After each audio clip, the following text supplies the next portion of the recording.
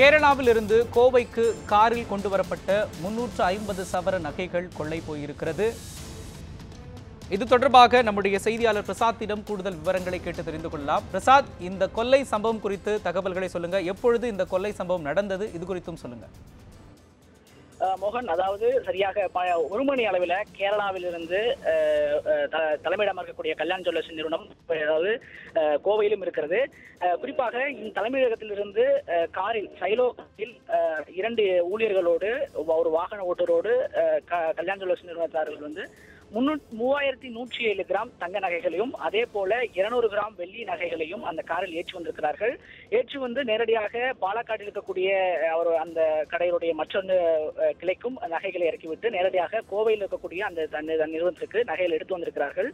இந்த நேரத்தில் சரியாக பாலக்காடு சாலையில் உள்ள காக்காச்சாவடி என்கிற இடத்தில் அந்த காரில் வந்து கொண்டிருந்த பொழுது பின்தொடர்ந்து கேரளா பாலக்காடிலிருந்து பின்தொடர்ந்து வந்த ஸ்கார்பியோ அது மட்டும் ஆல்டோ காரில் வந்த 7 பேர் கொண்ட கும்பல் சைலோ காரை மோதி அந்த வாகனத்தை நிறுத்தியிருக்கிறார்கள். உடனடியாக அந்த காரில் இருந்த 2 ஊழியர்களையும் கீழே தள்ளிவிட்டு அந்த 7 பேர் கொண்ட கும்பல் அந்த காரையும் தூக்கி எடுத்து சென்றிருக்கிறார்கள். குறிப்பாக இந்த சம்பவம் சரியாக 1 மணி அளவில் நடந்திருக்கிறது.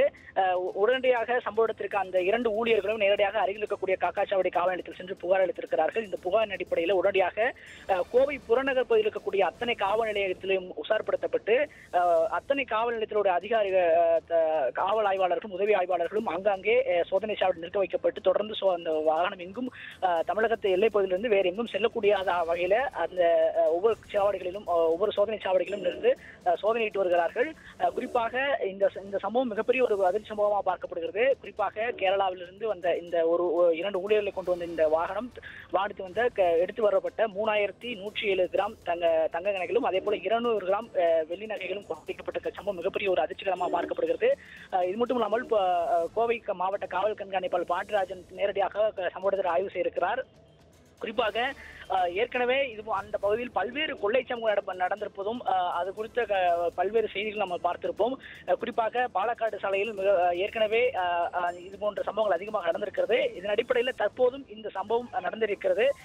இது குறித்து தொடர்ந்து விசாரணை ஒவ்வொரு அந்த புறநகர் இருக்கக்கூடிய ஒரு மதுக்கரை மற்றும் செட்டிப்பாளையம் போன்ற பல்வேறு காவல் நிலையத்திலிருந்து தொடர்ந்து அதிக காவல் ஆய்வாளர் உதவி ஆய்வாளர்கள் அனைவரும் சம்பவ இடத்திலும் சோதனை சாவடிகளும் சோதனை ஈடுபட்டு வராங்க. தொடர்ந்து விசாரணை நடத்தப்பட்டு வருகிறது. அதே போல 2 ஊழியர்களிடத்தும் விசாரணை நடத்தப்பட்டு வருகிறது. எவ்வளவு நகை கொண்டு வரப்பட்டது, உங்களுடைய பின்தொடர்ந்தவர்கள் யாரும் நம்ம தெரியுமா, அது மட்டும் இல்லாமல் உங்களுடைய கேரளாவிலிருந்து மற்ற யாராவது உங்களை பின்தொடர்ந்து வந்தார்களா என்பது கோணத்தில் விசாரணை செய்யப்பட்டு வருகிறது. அவருடைய தலைமை நிர்வாக அதிகாரிகளும் அந்த காவல் நிலையத்திற்கு சென்றிருப்பதாக தொடர்ந்து விசாரணையாக சென்று கொண்டிருக்கிறது. மோகன்.